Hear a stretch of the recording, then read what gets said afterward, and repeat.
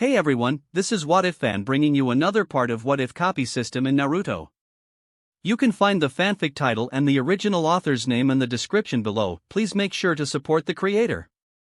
If you enjoy the video, don't forget to like, subscribe, and hit that notification bell so you never miss an upload. Also, a quick update, there's only one more part left in the story. What if Ichigo had a different Zanpakuto before we fully catch up with the author? So once again, I'd love to hear your thoughts on what the next project should be on this channel. I'm currently deciding between these three fanfics. What if sign-in system in High School DxD? What if Ichigo awoke his true powers? What if Mangaka in One Piece world? Please vote in the poll and let me know which story you'd like to see next on the channel. Alright, let's jump into it. Chapter 61, The Third Mizukage Demands Justice. In the Hokage's office, Hiruzen Sarutobi puffed on his pipe, a troubled expression on his face. The sudden arrival of a delegation from Kirigakure, led by the third Mizukage himself, was unexpected. Hiruzen couldn't believe that the Mizukage had came to Konoha. He wouldn't dare visit another hidden village. If the village had ill intentions, even a powerful shinobi could be captured or killed. Unless you were at the level of Hashirama Senju or Madara Uchiha, visiting another village was practically suicide. Although the delegation was led by the third Mizukage, Hiruzen wasn't entirely sure it was really him. The third Mizukage was shrouded in mystery. Even Hiruzen didn't know what he looked like. Kirigakure was an isolated village, rarely interacting with the mainland.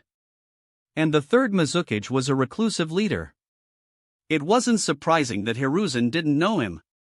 Hiruzen pondered the situation. The door opened, and Danzo entered, along with the two elders, Hamura Mitokado and Koharu Utatane. Hiruzen had summoned them to discuss the third Mizukage's visit. You know why I called you here. The third Mizukage has suddenly visited Konoha. What do you think his motive is? Hiruzen got straight to the point. He had already met with the Mizukage, but the meeting hadn't gone well. The Mizukage had been blunt and accusatory. Although Hiruzen was angry, he kept his cool and arranged for them to stay at Konoha's guesthouse, treating them with courtesy. Whatever his reason, as a Kage, leaving his village to visit another is foolish. Danzo scoffed. With Suna making moves against us, now is not the time to fight Kirigakure. Hiruzen looked at Danzo sternly. This was one of the reasons he had summoned Danzo, not just to discuss the Mizukage's visit, but also to warn him. Danzo met his gaze and nodded. He wasn't stupid enough to act rashly. Attacking the Mizukage now would only bring trouble. Besides, he wasn't even sure if it was really the third Mizukage. He didn't believe the Mizukage would do something so reckless. Unless they had a very close relationship, a Kage wouldn't risk visiting another hidden village. Okage-sama, the Kiri delegation requests an audience. A shinobi entered and announced. Hiruzen frowned, then nodded. Bring them to the meeting room. Let's go meet them. Hiruzen led Danzo and the elders to the meeting room. The third Mizukage and several elite jonin were already waiting. It was indeed the Mizukage. The third Mizukage is quite young, Danzo remarked, looking at the Mizukage. Indeed, compared to Hiruzen, the Mizukage looked much younger. Sandaime Hokage, I'm here to demand justice. The Mizukage ignored Danzo and glared at Hiruzen. Danzo scowled but didn't say anything. He sat down, followed by Hamura and Koharu. Hiruzen frowned. Konoha and Kiri had no conflict. What justice was the Mizukage talking about? Your Konoha shinobi infiltrated my village and stole our forbidden scroll. What do you have to say for yourself, Sandaime Hokage? The Mizukage stood up, his eyes narrowed dangerously. Killing intent filled the room, prompting Konoha Zumbu to emerge from the shadows. Mizukage-sama, are you mistaken? Hiruzen was confused. He had never sent anyone to steal Kirigakure's forbidden scroll. Could it be Danzo? He glanced at Danzo, then shook his head. Danzo didn't have the ability to pull off something like that. Honestly, even Hiruzen didn't think he could infiltrate Kirigakure and steal the Forbidden Scroll. The scroll was a valuable item, it would be heavily guarded. And even if someone managed to steal it, they'd have to escape Kirigakure's forces. But seeing the Mizukige's fury, it seemed the scroll was indeed gone.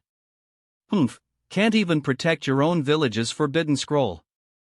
Useless. Danzo sneered. The Mizukige, who usually had a calm demeanor, was enraged. He slammed his hand on the table, shattering it. Hiruzen glared at Danzo, then looked at the Mizukige.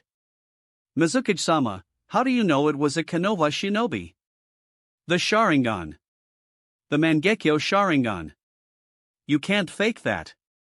Besides the Uchiha clan of Konoha, who else possesses the Sharingan? Hiruzen's face hardened. Danzo and the elders also paled. Hand over the forbidden scroll, or Kirigakure will declare war. The Mizukige's voice was firm. He had to retrieve the scroll, or his position as Mizukige would be in jeopardy. There were already dissenting voices in Kirigakure, criticizing his leadership and calling for his removal. The other clans were eager for him to step down. If he did, they would have a chance to take his place. That was why he had risked coming to Konoha. He had to retrieve the forbidden scroll. Hiruzen took a deep breath. If he didn't handle this carefully, Konoha and Kirigakure would go to war.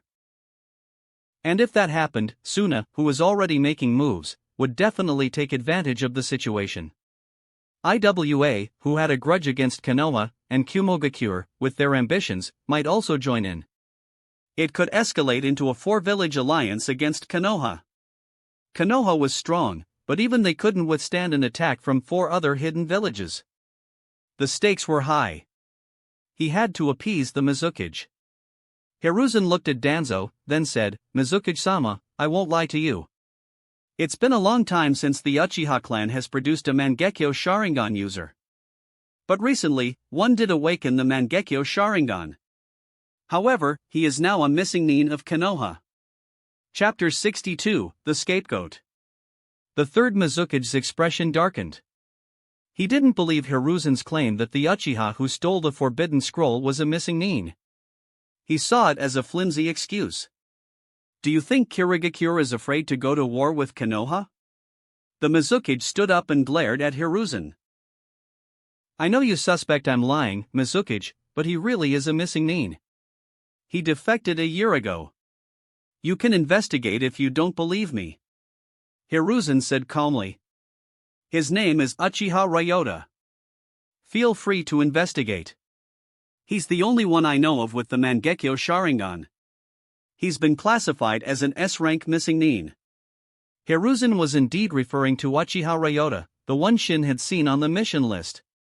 He glanced at Danzo. Ryota's defection and Mangekyo Sharingan awakening were connected to Danzo. Ryota was talented and powerful, a genius of the Uchiha clan. Naturally, he had caught Danzo's attention. Danzo had tried to recruit Ryota into Root, but Ryota had refused and even injured the Root agents sent to persuade him. This had offended Danzo, who believed that any talented shinobi who wouldn't serve him should be eliminated, especially an Uchiha. Danzo had captured Ryota's parents and used them as bait to lure Ryota into a trap. He didn't know what had happened after that. All he knew was that all his men were dead, and so were Ryota's parents. The last report he received was that Ryota had awakened the Mangekyo Sharingan. Hiruzen had learned of this incident and helped Danzo clean up the mess. Otherwise, with the Uchiha clan's genius suddenly becoming a missing nin, and with evidence pointing to Danzo's involvement, the Uchiha clan wouldn't have let it go so easily. Hiruzen had appeased the Uchiha clan with various concessions. But now this had happened. Had Ryota become that strong? Strong enough to infiltrate Kirigakure and steal the forbidden scroll? Hiruzen was worried. Ryota's parents were dead, killed by Danzo's men. Would Ryota seek revenge on Konoha? The world only knew of Madara Uchiha's Mangekyo Sharingan, but Hiruzen had another teammate, Uchiha Kagami, who had also awakened the Mangekyo Sharingan, though he was now deceased. As Kagami's teammate, Hiruzen understood the terror of the Mangekyo Sharingan. And the more he understood, the more worried he became. This was all Danzo's fault.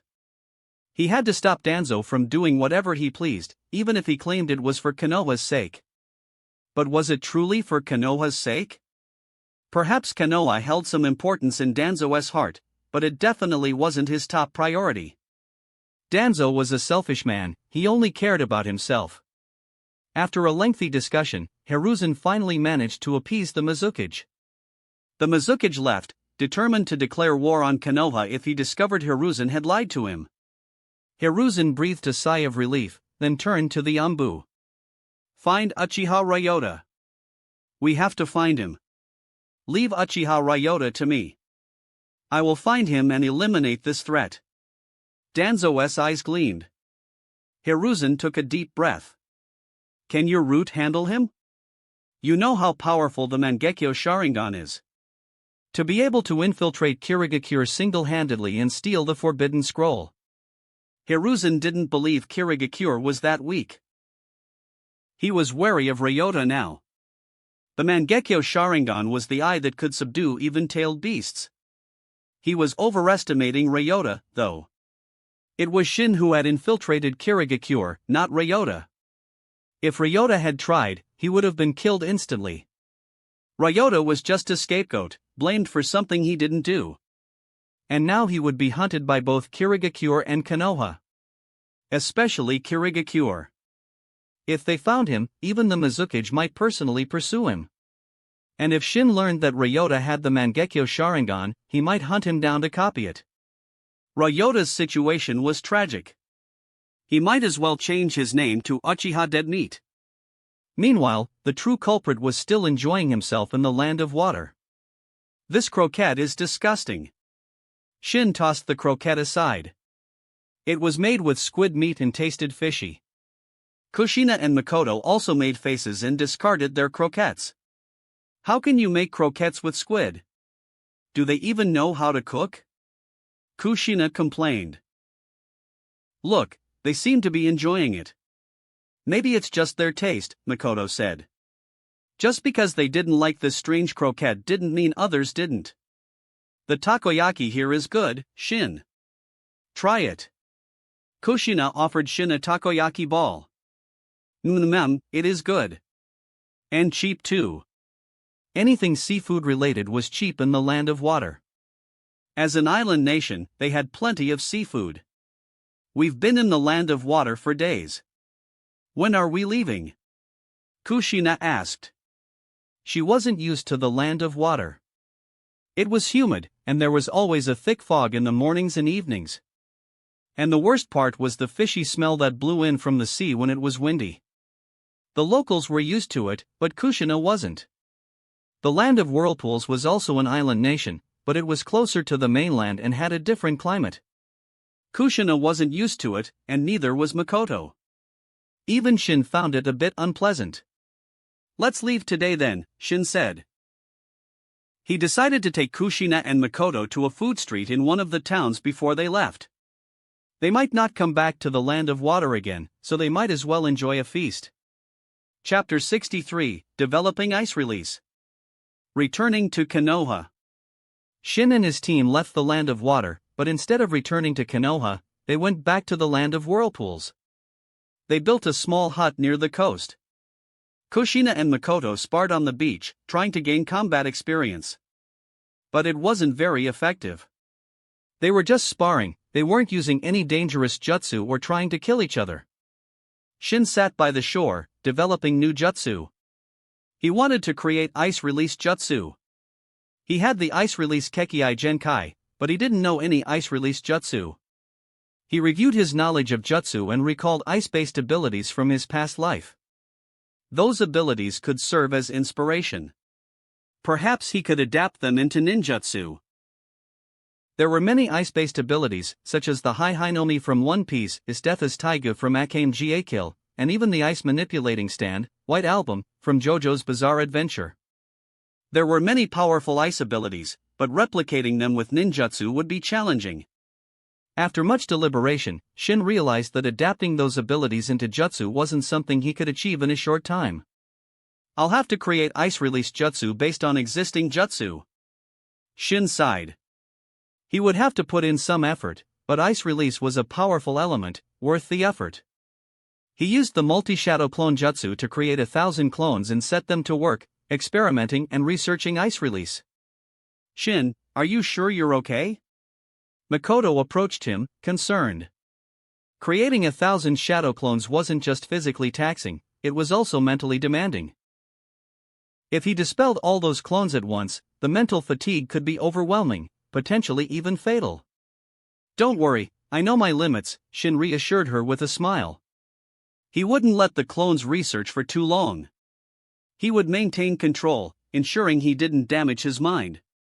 Mental fatigue was inevitable, but he wouldn't harm himself.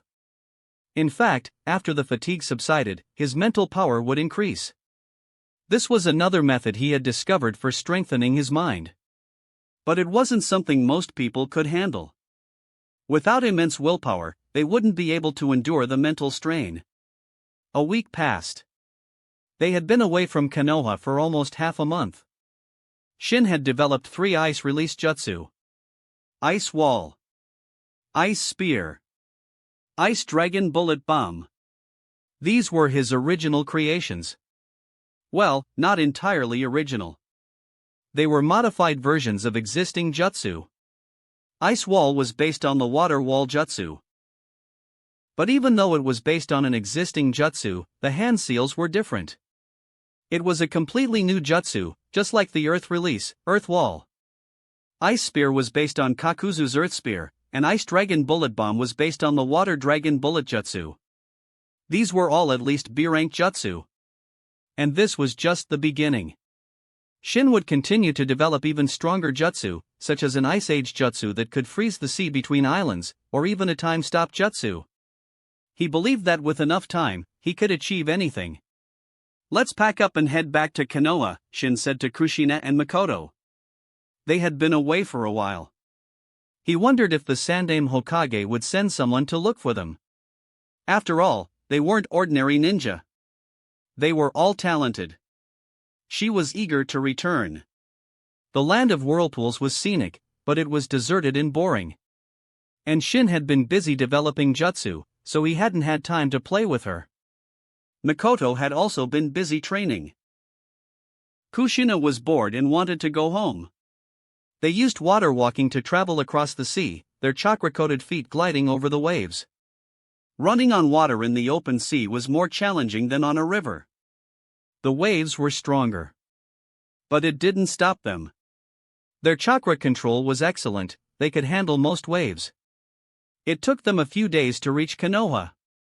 As soon as they returned, Hiruzen was informed. So was Danzo.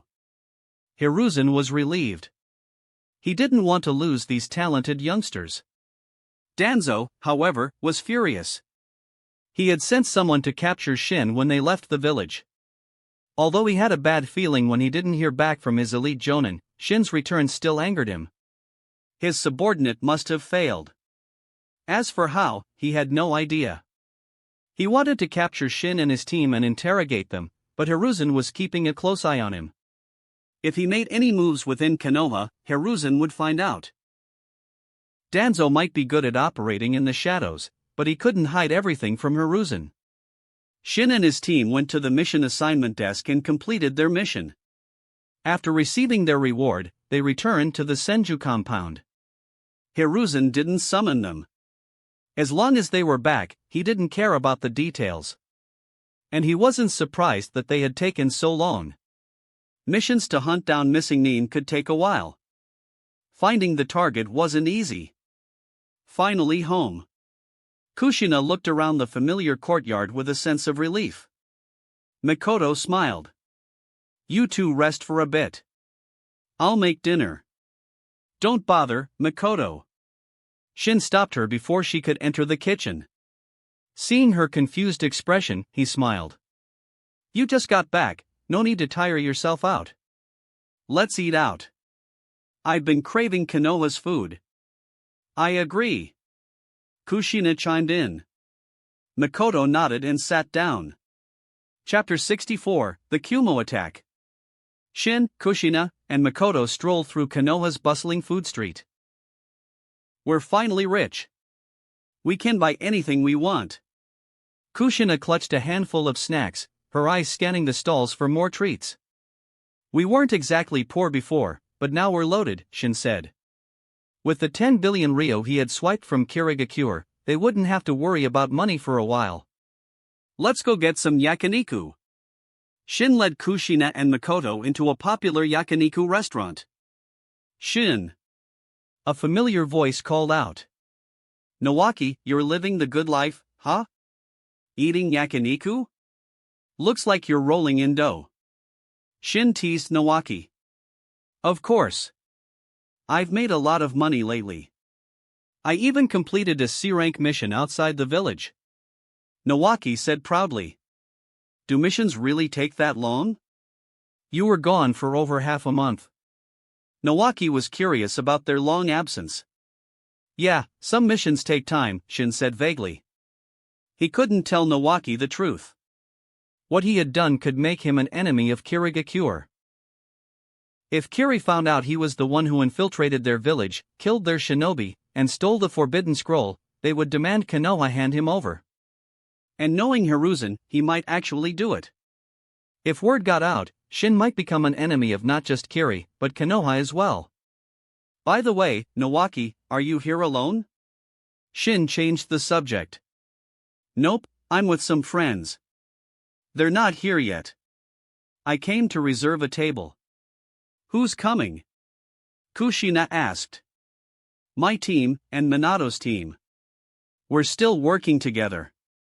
Shin, Kushina, and Makoto used to be part of their group, but after becoming Chunin, they had moved on to higher-level missions. Since we're all here, let's eat together. My treat. Nawaki said grandly. No, it's my treat. I promised to buy you all dinner when we got back. Shin shook his head. The food here was good, but it was also expensive. Nawaki's allowance probably wouldn't cover it. Well, if you insist. Nawaki grinned.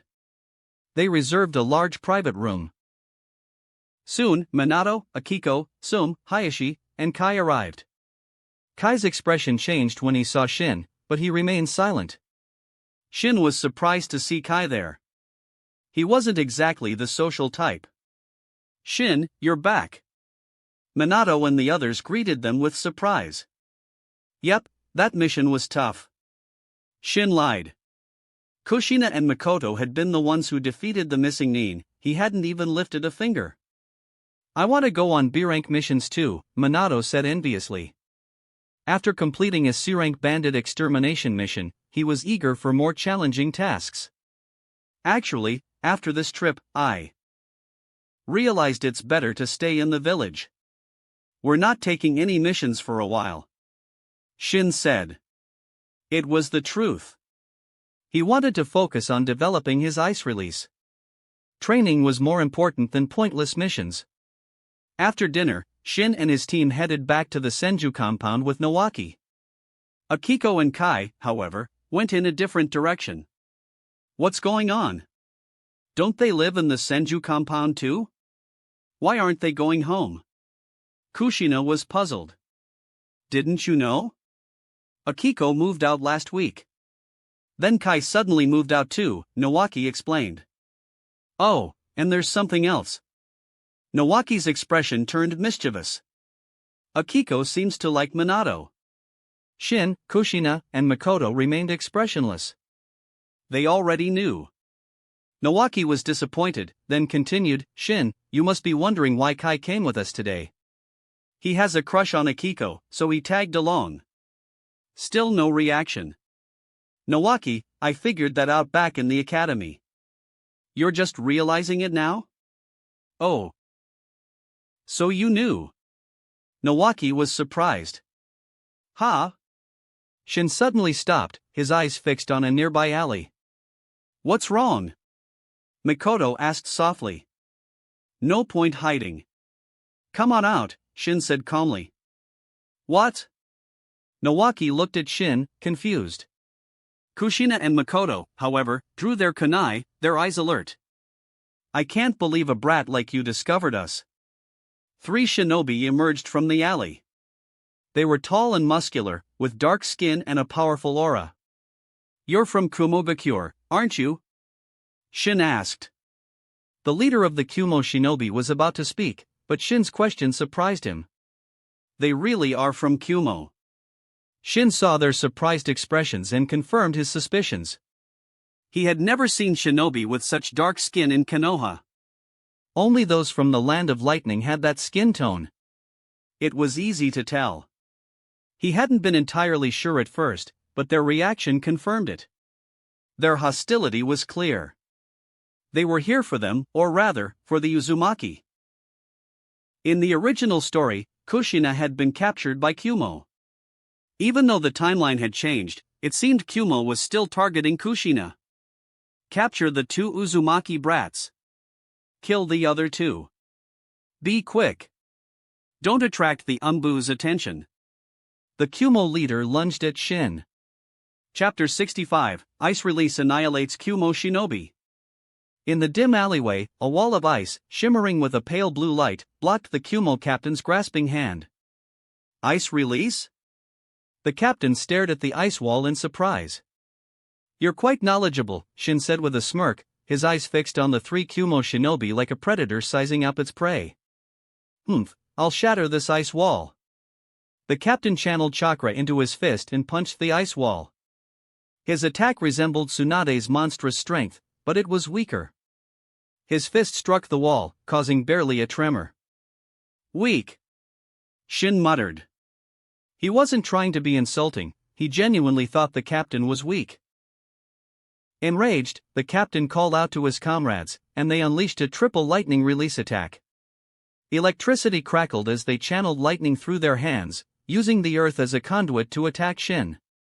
But the lightning strikes were blocked by the ice wall. Lightning release, double lariat. The captain focused lightning chakra into his elbow and slammed it into the ice wall. Cracks spread across the surface. It was a nintaijutsu technique, a combination of ninjutsu and taijutsu, similar to the chidori, but using the elbow instead of the hand. Not bad. You managed to crack the wall. You're quite strong. Shin looked at the captain with an appreciative smile. You're asking for it. The captain couldn't stand Shin's patronizing attitude. Ice release, Ice Dragon Bullet Bomb. Shin's hands moved in a blur, forming hand seals with incredible speed. 6 seals in 2 seconds. An ice dragon emerged, roaring towards the captain.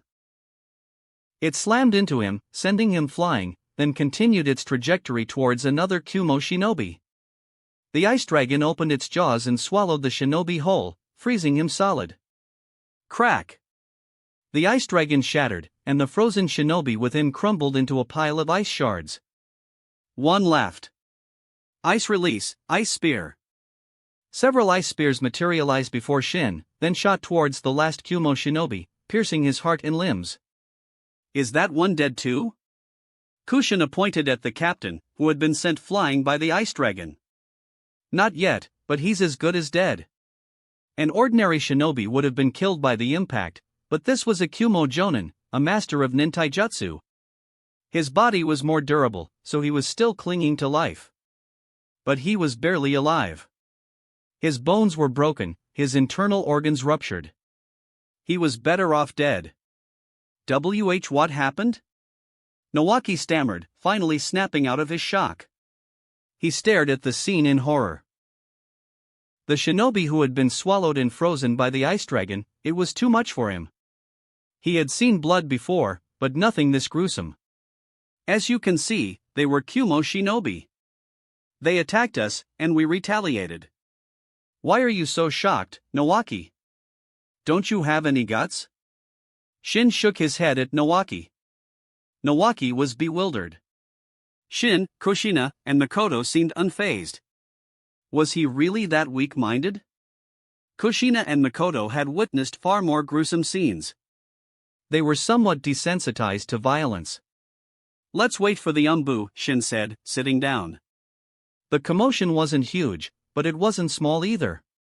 The Umbu would have noticed. Besides their main duties, the Umbu were always lurking in the shadows, protecting Konoha.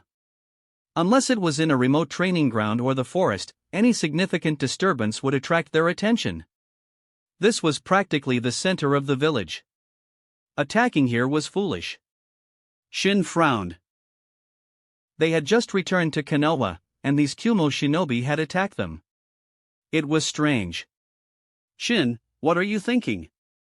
Makoto asked. I'm thinking their real target might not be us.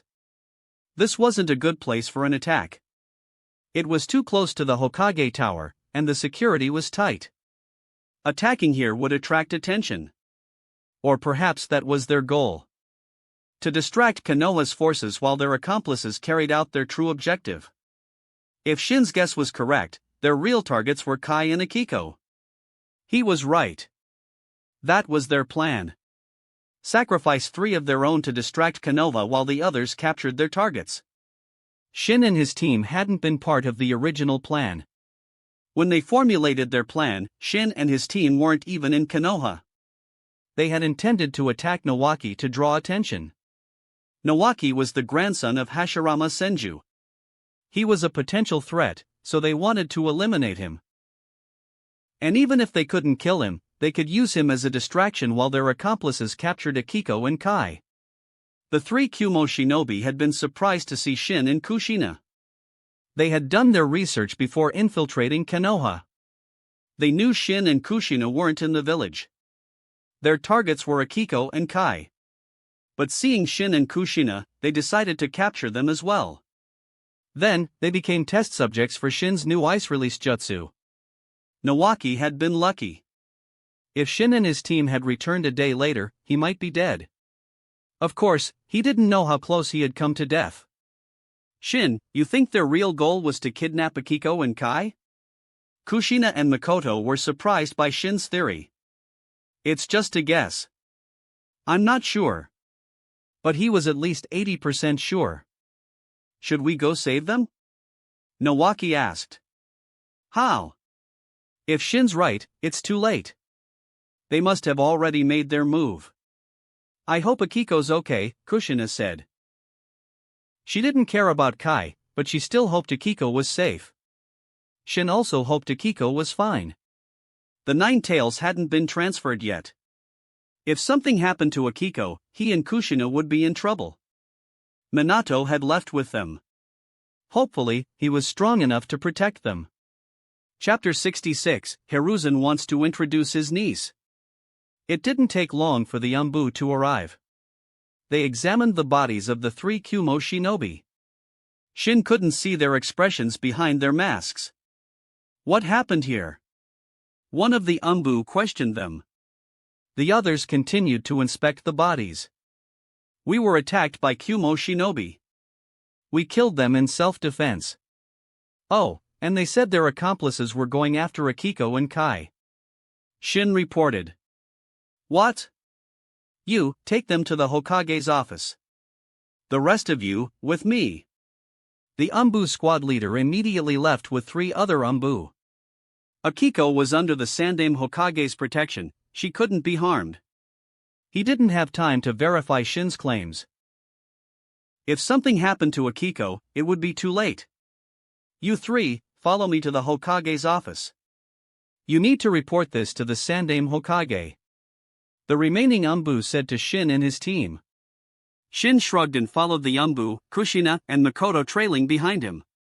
Nawaki also tagged along, not wanting to be left alone with the corpses. Shin's use of ice release had been exposed, but he didn't care.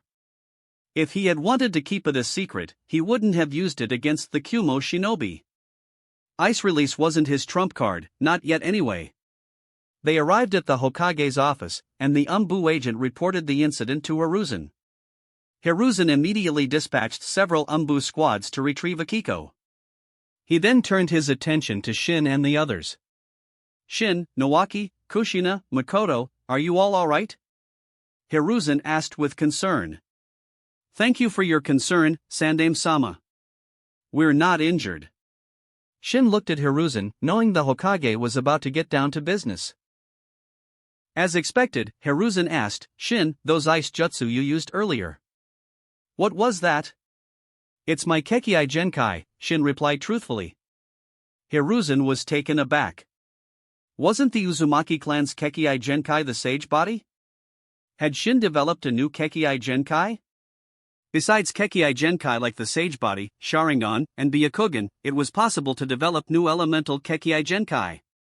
By combining two different chakra natures, one could create a new type of jutsu. This was a Kekkai Genkai. Ice Release was a combination of wind and water release. The Mizunashi clan of Kirigakure also possessed Ice Release.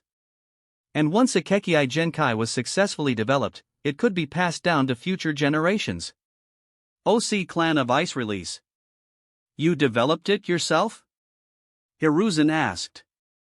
Yeah, I stumbled upon it by accident, Shin said casually. Hiruzen's lips twitched. This wasn't just genius, it was monstrous. He had never heard of anyone developing a Kekkai Genkai at the age of 10. He didn't know that Shin had copied the Ice Release. He assumed Shin had developed it himself. He didn't ask how Shin had done it. In the shinobi world, it was taboo to pry into someone's Kekkai Genkai or jutsu. Besides, developing a Kekkai Genkai often involved luck. Some stumbled upon it accidentally, while others spent their entire lives researching without success. It mainly depended on the ratio of the two chakra natures being combined. Even those who had successfully developed a Kekkai Genkai couldn't explain the exact process. They often experimented until they suddenly succeeded. So, luck was a factor. Even if Hiruzen asked, Shin couldn't answer. He hadn't developed the Ice Release himself. Ahem, Shin, are you married? Hiruzen suddenly asked. Shin stared at him, bewildered. I have a niece around your age. I could introduce you. The temperature in the room plummeted. Kushina glared at Hiruzen, her body radiating killing intent. Makoto's smile vanished, replaced by a frown. Nawaki shivered. Why were Kushina and Makoto so scary? Shin's eye twitched. He knew what Hiruzen was thinking. Kekkai Genkai could be passed down. That was Hiruzen's motive. No, thank you, Shin refused politely. Kushina and Makoto were glaring at him. He had to prioritize his safety. Besides, he didn't know if Hiruzen's niece was even pretty. If she was, he might consider it. But considering the Sarutobi clan's unique looks, he decided against it. He preferred humans. Hiruzen was embarrassed, but thankfully, several Umbu entered the room, saving him from further awkwardness. Hokage-sama, we brought Uzumaki Akiko. They had also brought Minato and Kai, all three of them injured. Seeing Akiko safe and sound, Hiruzen sighed in relief. She was already being groomed as the Jinchuriki. If something happened to her, finding a replacement would be troublesome. Are you sure those shinobi were from Kumo? Hiruzen asked the Umbu. Judging from the jutsu they used, it's highly likely. The Umbu couldn't be completely sure. It was possible that shinobi from another village were impersonating Kumo. They would need to investigate further. Hiruzen nodded and asked about Minato and the others' injuries. He was mainly concerned about Akiko, though. She was too important. After a brief questioning, Hiruzen dismissed them. As they left the Hokage Tower, Shin sensed two Umbu following them. Or rather, following Akiko. He didn't care, as long as they weren't following him. Chapter 67, All Things Can Be Copied. Akiko, are you alright? After leaving the Hokage Tower, Kai asked Akiko with concern. Akiko shook her head at Kai, then looked at Minato. Thank you, Minato. If it weren't for you, I would have been captured. Akiko looked at Minato gratefully, her cheeks flushed. Don't mention it. We're teammates. Minato smiled back. Kai scowled. He had helped rescue Akiko too. Why was she only thanking Minato? Shin, Kushina, and Makoto walked behind them. Shin couldn't help but chuckle. Kai, hearing Shin's chuckle, turned around angrily. What are you looking at? Want to fight? Kushina threatened, raising her fist. Her threat wasn't very convincing, but Kai was intimidated nonetheless. Kushina had taught him a lesson before, he didn't want to repeat, especially not in front of the girl he liked. Shin and his team parted ways with Minato's team. Shin sensed the two Umbu agents following Minato and the others. Good. No one was following him. He didn't want to be monitored. Back at the Senju compound, Shin and the girls returned to Tsunade's courtyard, while Nawaki went to his own residence. It's late. Let's take a bath and get some rest, Shin said. He went to his room, while Kushina and Makoto went to theirs. Shin lay on the tatami mat, but he couldn't sleep. I'll chat with the system and ask some questions. He called out to the system in his mind. System, are you there? Always at your service, master. System, how are missions assigned? Shin asked.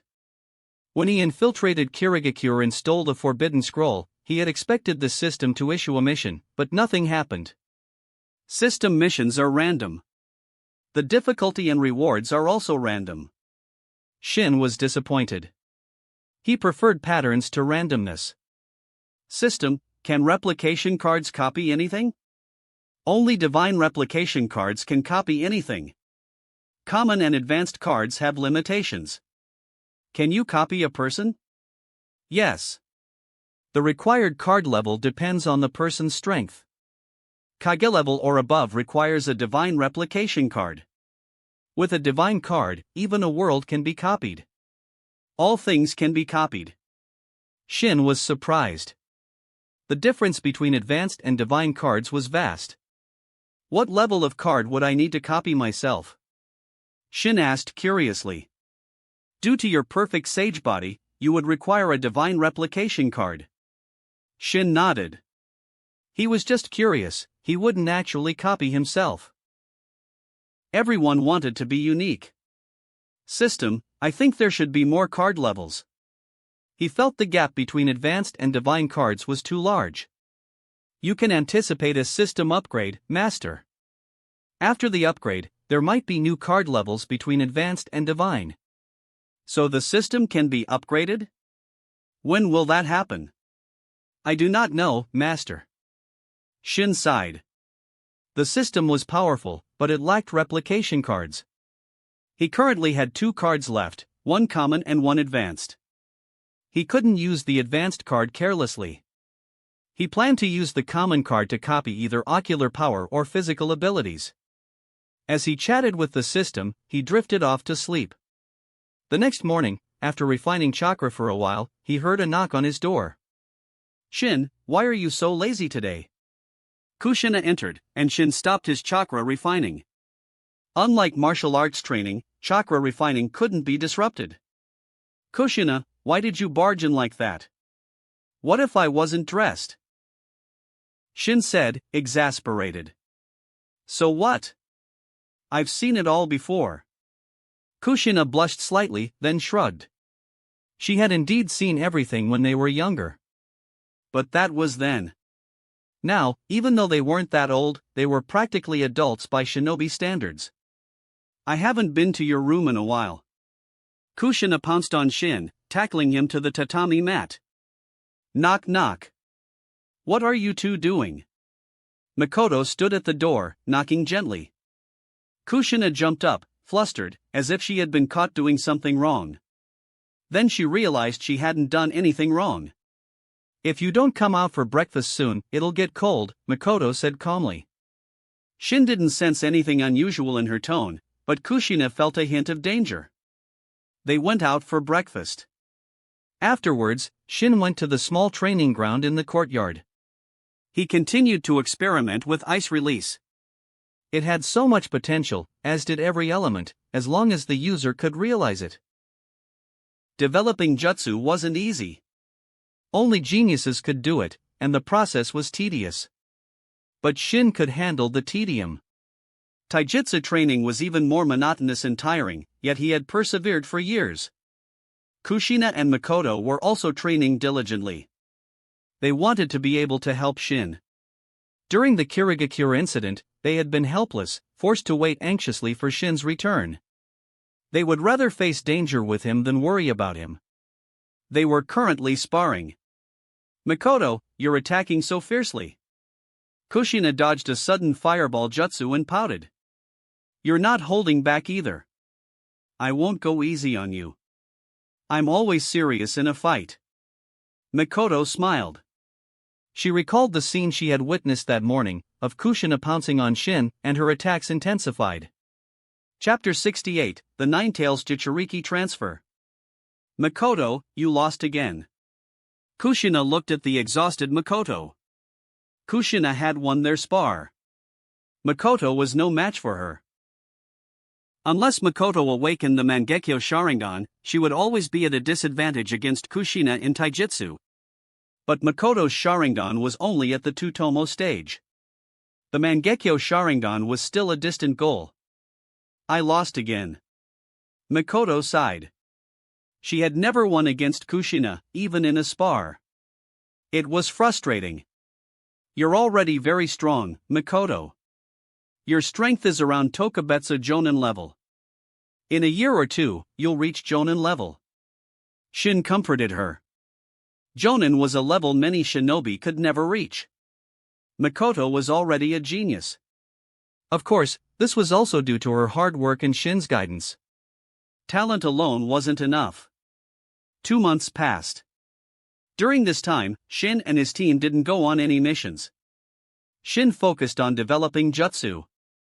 Nothing major happened, though Hiruzen did try to introduce his niece to Shin again. Hiruzen hadn't given up. But when Shin saw the girl, he ran away. She looked like a gorilla. He couldn't handle it.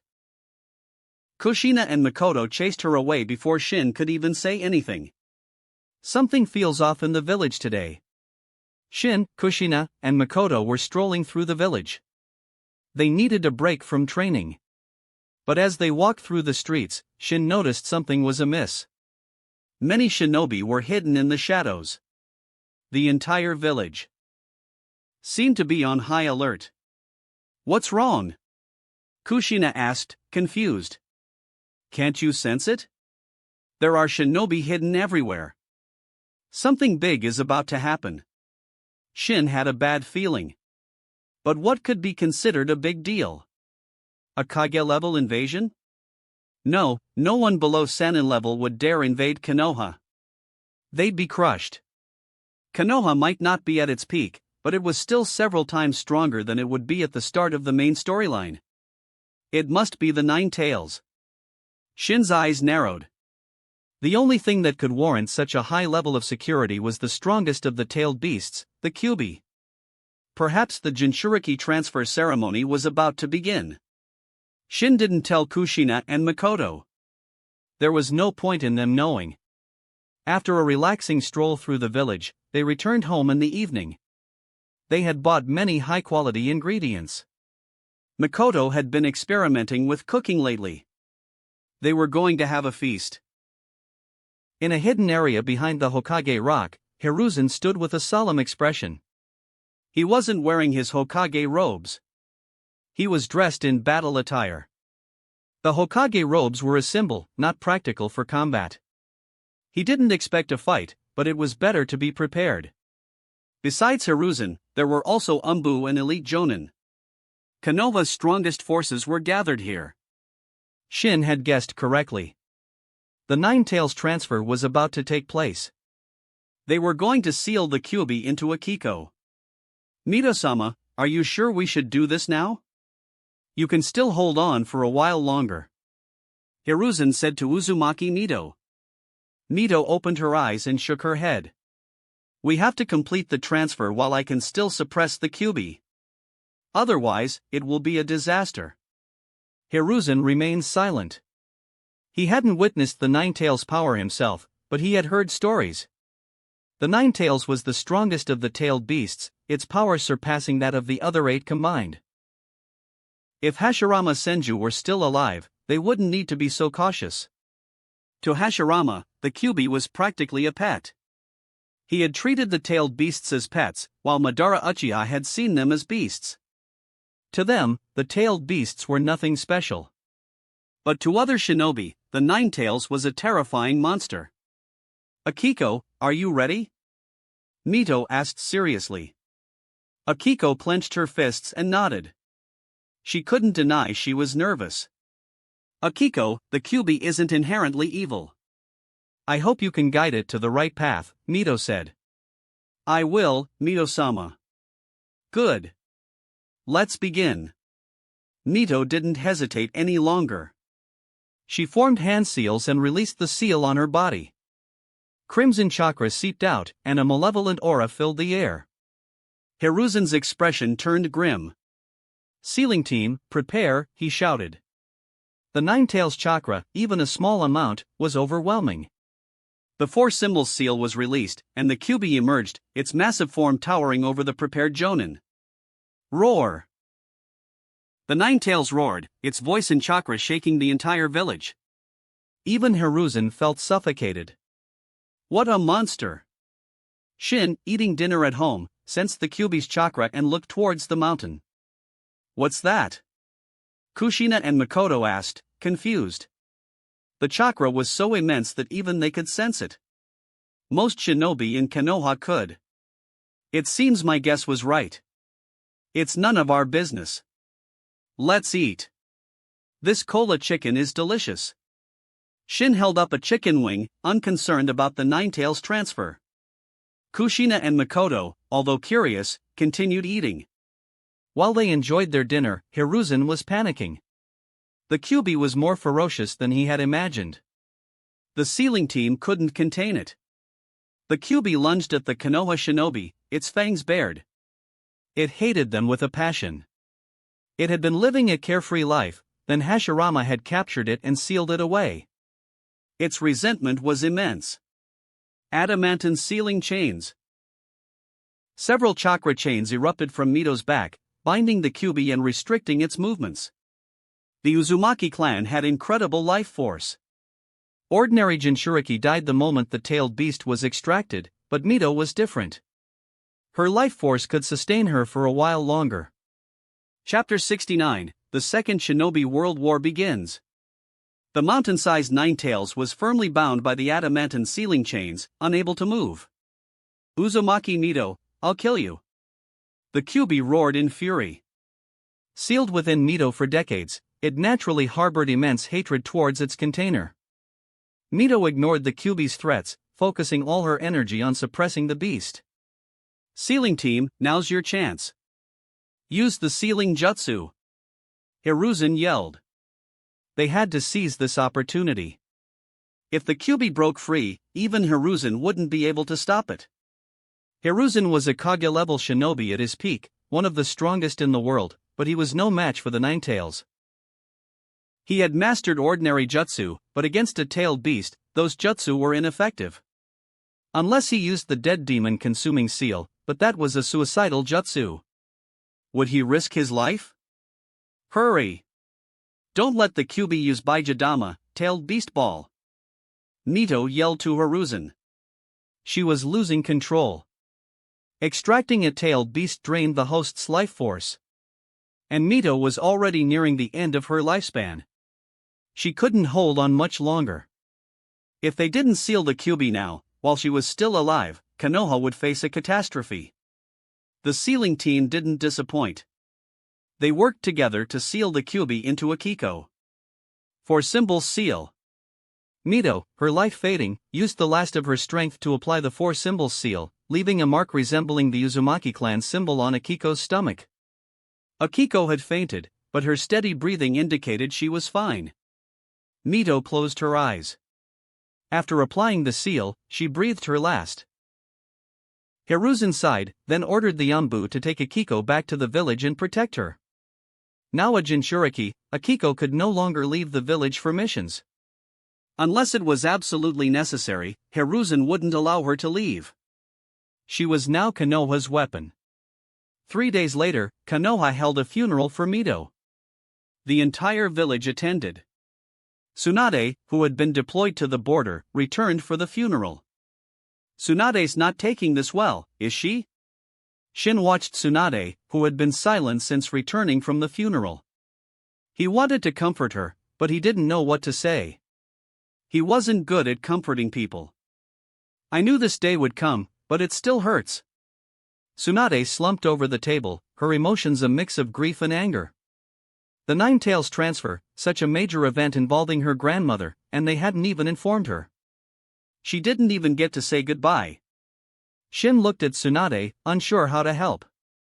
He shook his head and left the room, giving her some space. Weren't you going to comfort her? Why are you back? Kushina, who had been chatting with Makoto, asked Shin.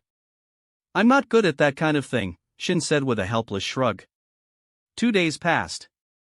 Tsunade was no longer consumed by grief. News of Mito's death had spread throughout the shinobi world. Are you sure Uzumaki Mito is dead? The third Kazekage asked the reporting shinobi. Yes, Kazekage-sama. They held a funeral for her a few days ago. Konoha wouldn't joke about something like this. Chiyo, what do you think? The Kazekage turned to the woman standing beside him. This was Chiyo, Suna's advisor, around the same age as Hiruzen. Suna has been preparing for so long. We haven't attacked because the timing wasn't right. I believe now is the perfect opportunity to strike Konoha. Chiyo said seriously. Suna had been facing off against Konoha at the border for months, waiting for the right moment. And now, the opportunity had arrived. A few days ago, they had finally convinced the third Tsuchikage, Anoki, to join them in attacking Konoha. And with Mito's death, Konoha's strength had been significantly weakened. Mito was the Ninetales Jinchuriki. This wasn't a secret. Now that she was dead, and with the new Jinchuriki still adjusting, the Ninetales was effectively out of commission.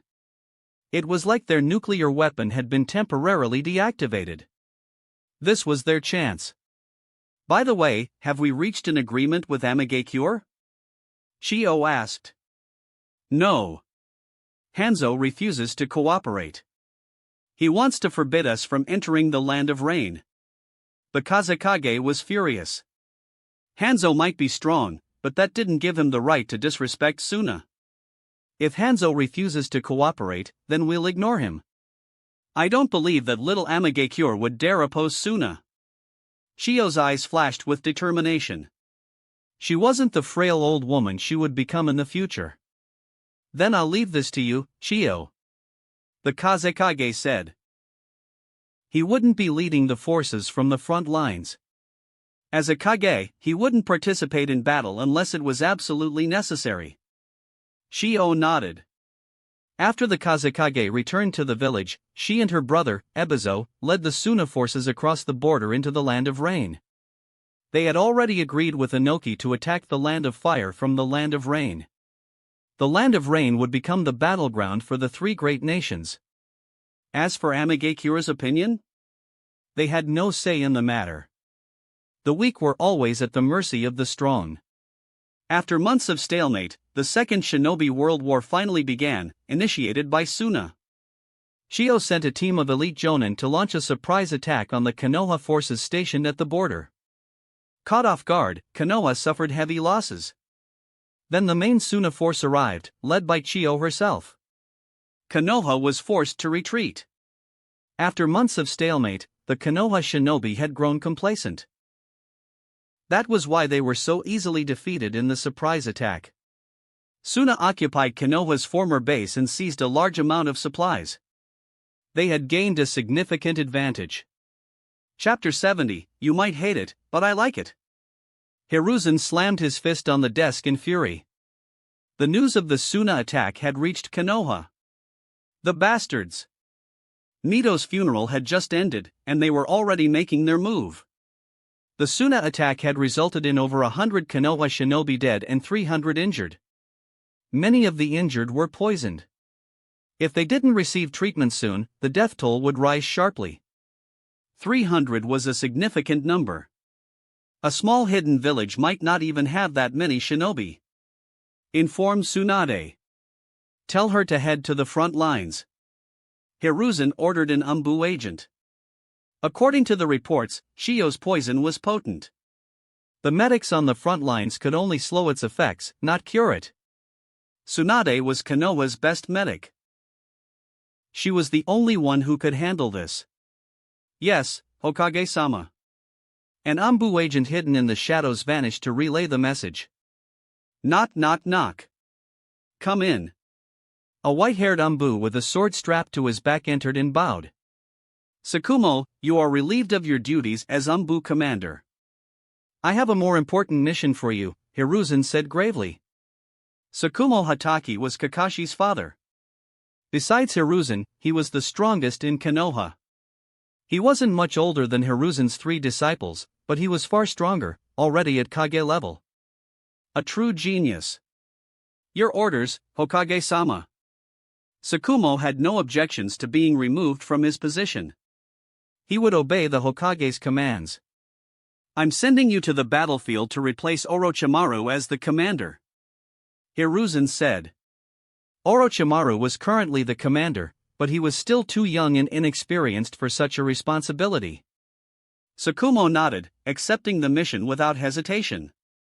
The Second Shinobi World War has begun? Shin asked Tsunade after seeing off the Umbu messenger. It's not a world war yet. Just a conflict between Konoha and Suna, Tsunade corrected him. Shin scoffed. Tsunade, do you really think Suna would dare attack Konoha alone? If Suna had the guts to attack Konoha alone, they wouldn't have waited this long. Maintaining a stalemate at the border for months wasn't cheap. Suna wouldn't have done that if they weren't afraid of Konoha. Now that they were attacking, besides the Nine-Tails Jinchuriki being out of commission, they must have another reason: allies. Konoha was undeniably powerful. Shin didn't believe Suna would attack without backup. What do you mean? Tsunade frowned. Suna must have found allies. Otherwise, why would they attack Konoha alone? Tsunade shook her head. Konoha might have suffered a setback, but that was only because Suna had caught them off guard. Suna was weaker than Konoha. They knew that. If they were attacking, they must have help. Her expression turned grim. Are you going to tell the Sandname? Shin asked. Tsunade nodded. She had to warn him. There's no need. If even I can figure this out, don't you think the Sandname already knows? I'm just saying this war won't be easy. Be careful. So you're worried about me? Tsunade looked at Shin and suddenly pinched his cheek. I haven't done this in a while. Feels good. A smile finally appeared on her face. She hadn't smiled since Mito's death. I hate it. Shin swatted her hand away. He wasn't a child, he didn't like being pinched. If it were someone he wasn't familiar with, he would have trapped them in a genjutsu world. You might hate it, but I like it. Tsunade reached for his cheek again, but this time, 2 small hands intercepted her. Tsunade-sensei, it's rude to make others uncomfortable, Makoto said. Humph, why are you touching him? Kushina glared at Tsunade. What's wrong with me touching him? He's my student. I can show him affection. Besides, you're both my students. What right do you have to lecture your teacher? Tsunade pulled Shin into a hug, burying his face in her ample bosom. Shin felt a wave of warmth and a slight lack of oxygen. He could resist, but he wasn't stupid. This was a golden opportunity, he wouldn't waste it. Tsunade looked at Kushina triumphantly. She was deliberately provoking her. And she succeeded. Makoto, help me pry this cow off him. Kushina yelled through gritted teeth. Sorry, Tsunade-sensei, but this is inappropriate. You can't just do that to a boy. Makoto sided with Kushina without hesitation. They tried to pull Tsunade away, but they were no match for her strength. In the end, Shin had to push her away himself. He would have loved to stay in her embrace, but he needed to breathe. I'm leaving. You 3 stay in the village. Don't go anywhere. Tsunade said, then left for the battlefield. They didn't know when she would return. After she left, Kushina and Makoto blared at Shin. Why didn't you resist when Tsunade was taking advantage of you?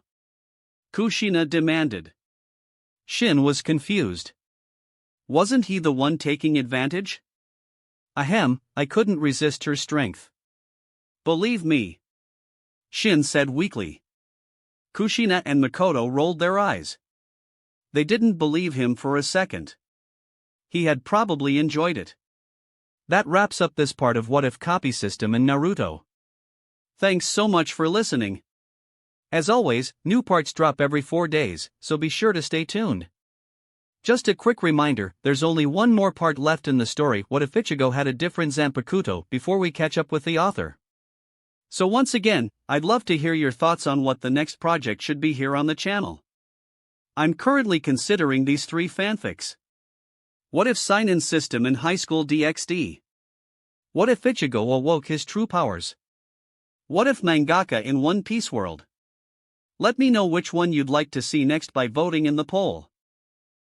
If you enjoyed the video, don't forget to like, subscribe, share it with your friends, and please consider supporting the original author as well.